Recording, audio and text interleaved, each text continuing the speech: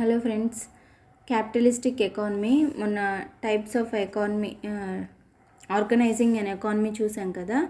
ఈరోజు టైప్స్ చూద్దాం. Capitalistic, state economy ఇవి చూద్దాము. చాలా ఈజీగా ఉంటుంది, మీ ప్రిపరేషన్ కూడా చాలా ఈజీగా ఉంటుంది. ముందు వీడియోస్ కూడా చూడండి, బాగుంటుంది, మీకు ఈజీగా అర్థమైపోతుంది కాన్సెప్ట్స్ అన్నీ. So capitalistic economy. Capitalistic form of economy has its origin in the famous work of Adam Smith, Wealth of Nations. 1776లో ఆడమ్ స్మిత్ రాశారు కదా వెల్త్ ఆఫ్ నేషన్స్. ఆయన వర్క్ నుంచి క్యాపిటలిస్టిక్ ఫార్మ్ ఆఫ్ ఎకానమీ దాన్ని పుట్టుక ఉంది, start అయింది అక్కడ. ఆడమ్ స్మిత్ 1723 నుంచి 1790 వరకు జీవించారు. ఈయన ఎవరంటే Scottish philosopher, the Scottish philosopher, economist, professor at University of Glasgow వద్దనున్న యూనివర్సిటీలో ఈయన ప్రొఫెసర్. ఈయన Scottish philosopher whose writings formed the basis of classical economics. ఈయన రైటింగ్స్ స్టాండర్డ్ ఎకనామిక్స్కి బేసిక్స్ అయ్యాయి. Had stressed certain fine ideas which were to take fancy among some of the western countries. Western countries ఒక ఇమాజినేషన్కి వెళ్ళారు ఈయన writings వల్ల. బాగుంది ఈయన రైటింగ్స్ వల్ల, ఈయన బాగుంది అనిపించి, ఈయన చెప్పిన సిస్టమ్ బాగుంది అనిపించి ఫైనల్లీ వాళ్ళు క్యాపిటలిజం తీసుకున్నారు, అడాప్ట్ చేసుకున్నారు. Finally capitalism took place. Next, he raised his voice against the heavy-handed government regulation of commerce and industry of the time, which did not allow the economy to tap its full economic worth and reach the level of well-being. ఈయన దేని మీద voice raise చేశాడంటే, దేని మీద ఈయన పోరాడాడంటే, heavy handed government regulation of commerce and trade. Government regulation చేసింది, వ్యాపార వాణిజ్యం మీద ఎక్కువగా రెగ్యులేషన్ చేసేసరికి ఎకానమీ దాని యొక్క ఫుల్ వర్త్, దాని యొక్క విలువని అది పొందలేకపోయింది, యోగ్యతను ఎక్కువగా పొందలేకపోయింది, వెల్ బీయింగ్ అనేది రీచ్ అవ్వలేకపోయింది, అందరూ బాగుండే విధానాన్ని అది రీచ్ అవ్వలేకపోయింది. సో ఈయన వాయిస్ రైజ్ చేశాడనమాట దేని మీద గవర్నమెంట్ రెగ్యులేషన్ మీద. ఇంత రెగ్యులేట్ చేస్తుంటే ఎలా అని రైజ్ చేశాడు దా బుక్లో. Stressing division of labour division అనేది ఉండాలన్నారు. And an environment of laissez faire అంటే non interference by the government. Laissez faire environment అనేది ఉండాలి, అంటే గవర్నమెంట్ అనేది ఇంటర్ఫియర్ అవ్వకూడదు, అంతా ప్రైవేట్ ఎంటర్ప్రైజెస్ చూసుకోవాలి, లెసిస్ ఫెయిర్ గవర్నమెంట్ ఇంటర్ఫియర్ అవ్వకూడదు. He proposed that invisible hand of market forces price mechanism will bring state of equilibrium in the economy and a general well-being for the countrymen. Invisible hand of market forces. Invisible hand of market forces అంటే మార్కెటే అంత decide చేస్తుంది, price mechanism ఎంత price ఉండాలి, డిమాండ్ని బట్టి market అంతా decide చేస్తుంది. అప్పుడే అంత బాగుంటుంది, అందరూ బాగుంటారు, అందరికీ ఎకనామికల్గా అందరూ వెల్గా బాగుంటారు అని చెప్పేసి ఈయన అన్నారనమాట. మార్కెట్ డిసైడ్ చేస్తుందని. For such an economy to function the public well being acknowledge the need of competition. Public అందరూ బాగుండాలంటే, ప్రజలందరూ బాగుండాలంటే కాంపిటీషన్ ఉండాలి మార్కెట్లో, అప్పుడే బాగుంటారు అని చెప్పేసి ఈయన చెప్పారు. Once the USA attain independence. USA independence తన స్వతంత్రం పొందేసరికి ఏమైంది, ఆడమ్ స్మిత్ ఐడియాస్ కూడా వాళ్ళు made a part of it's public policy. వాళ్ళు ఆడమ్ స్మిత్ ఐడియాస్ని కూడా ఒక పార్ట్గా చేసుకున్నారు. Just 1 year after the wealth of nations was published.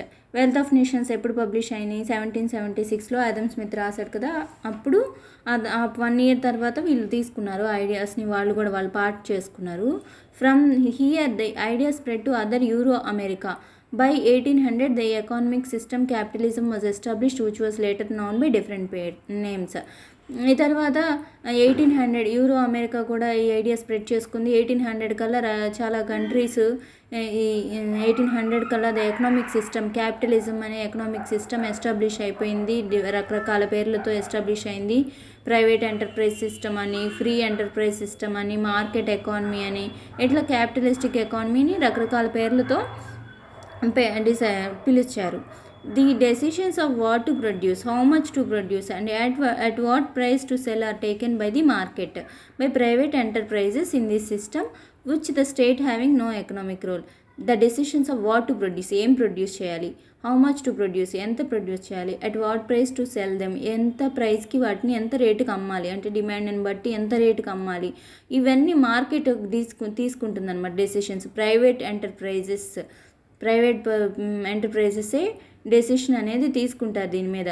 Which the state having no economic role, ఎక్కడైతే గవర్నమెంట్కి ఎటువంటి ఎకనామిక్ రోలు ఉండదు, ఎటువంటి ప్రైస్ డిసైడ్ చేసే అధికారం కానీ, ఎంత ప్రొడ్యూస్ చేయాలని కానీ, ఎంత అవసరం ఉందని కానీ గవర్నమెంట్ ఏం చెప్పలేదు. డిమాండ్ని బట్టి ప్రైస్ పెంచుకోవచ్చు అనమాట అలా. సో ఇదేం చెప్తుందంటే క్యాపిటల్ సిస్టమ్ టోటల్గా మనకి గవర్నమెంట్ ఇంటర్ఫిరెన్స్ వద్దు, గవర్నమెంట్ కలగ చేసుకోవద్దు, వ్యాపారం ప్రైవేట్ ఎంటర్ప్రైజెస్ చేతిలో ఉంటుంది. వాణిజ్య వ్యాపారం అనేది ప్రైజు వాళ్ళు ఇష్టం వచ్చినట్టు డిమాండ్కి తగ్గట్టుగా వాళ్ళు సెట్ చేసుకోవచ్చు, గవర్నమెంట్ ఇంటర్ఫియర్ అవ్వకూడదు. దీంట్లో private enterprise system, free enterprise system అని కానీ, మార్కెట్ ఎకానమీ అని కానీ దీన్ని పిలుస్తున్నారు. ఇది capitalistic economy. Next will go to state economy. State economy, rooted in the ideas of historical changes proposed by the German philosopher Karl Marx.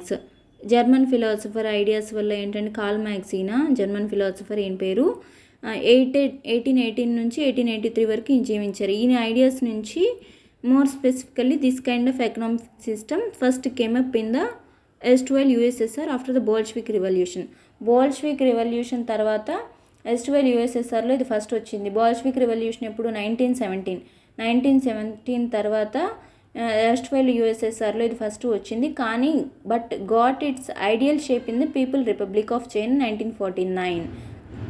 Ideal shape, దీనికి ఒక రూపం అనేది, కరెక్ట్ రూపం అనేది ఎప్పుడు వచ్చిందంటే 1949లో పీపుల్స్ రిపబ్లిక్ ఆఫ్ చైనా 1949లో వచ్చిందనమాట. First Bolshevik revolution 1917 వచ్చినప్పటికీ దానికి మంచి కరెక్ట్గా దాని రూపం అనేది దానికి పీపుల్ రిపబ్లిక్ ఆఫ్ చైనా 1949లో వచ్చింది. This form of economic system also spread to other countries in eastern యూరోప్లో కూడా ఇది స్ప్రెడ్ అయింది. Here we see 2 versions of the state economy. 2 రకాల స్టేట్ ఎకానమీ గవర్నమెంటే చూస్తుంది, కానీ ఇక్కడ 2 రకాలు ఉన్నాయి. And erstwhile USSR known as socialist economy, and in pre-1985 China known as communist economy. 2 types of economies ఉన్నాయి స్టేట్ ఎకానమీలో కూడా. సోషలిస్ట్ ఎకానమీ, కమ్యూనిస్ట్ ఎకానమీ, ఇలా 2 types ఉన్నాయి. సోషలిస్ట్ ఎకానమీ అంటే ఏంటి?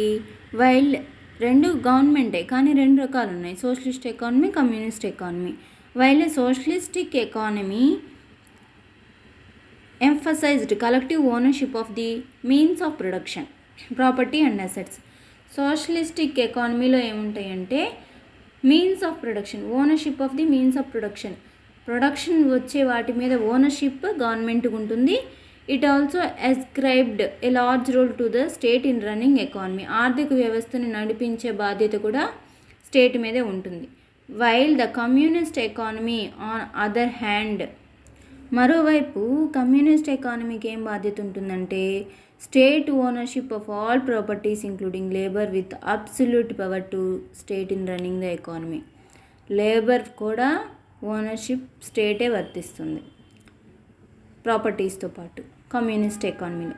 దో for Marx socialism was a traditional stage to communism, it never did happen in reality, అని రియాలిటీలో జరగలేదు. Basically this form of economy came in reaction to the prevalent popular economic system capitalism and proposed just the opposite.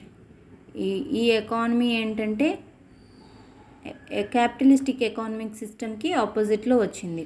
The decisions related to production, supply and prices were all suggested to be taken solely by the state only. అక్కడ ఏమైంది, ప్రొడక్షన్కి సంబంధించి ఏం produce చేయాలి, ఎంత produce చేయాలి, ఎంత ప్రైస్కి అమ్మాలి, అదంతా అక్కడ ఏం చూసుకుంటుంది, ప్రైవేట్ ఎంటర్ప్రైజెస్ చూసుకుంటారు. ఇక్కడ ఏంటి, స్టేట్ చూసుకుంటుంది. Such economies were also known as centralised economy, centrally planned economy or non market economy. ఇట్లా వీటికి పేర్లు పెట్టారు. స్టేట్ ఎకానమీకి centralised economy, centrally planned economy, non market economy అంటారు. The socialist communist economies used criticise capitalist economies of being based on the exploitation. ఈ socialist communist economies ఏం చేశారంటే capitalist ఎకానమీస్ని criticise చేశారు, ఇది ఎక్స్ప్లాయిట్ అయిపోయింది, సరిగా ఫెయిల్యూర్ అయిపోయింది అని చెప్పేసి. In response the capitalist economies called them practitioners of state capitalism. క్యాపిటలిస్టులు ఏమన్నారు, మీరు స్టేట్ క్యాపిటలిజంని రన్ చేస్తున్నారు అని చెప్పి అన్నారు. అంటే క్యాపిటలిజం స్పాయిల్ అయిపోయింది కదా, మీరు స్టేట్ ఎకానమీ రన్ చేస్తున్నారు కదా, మీరు స్టేట్ క్యాపిటలిజం చేస్తున్నారు అన్నారు. Where the state was the sole state exploit చేస్తుంది, దానికి తానే ఎక్స్ప్లాయిట్ చేసుకుంటుంది అని చెప్పారు. The communist and anti communist propagandas resulted in serious intellectual discussions almost up to mid 1980. దీని గురించి సీరియస్ డిస్కషన్స్ జరిగాయి దీని మీద. Communist and anti communist propagandas ఈ వీళ్ళందరికీ కూడా ప్రాపగేట్ చేసేవాళ్ళు, స్ప్రెడింగ్ చేసే వాళ్ళందరూ దీని గురించి సీరియస్గా డిస్కస్ చేసుకున్నారు.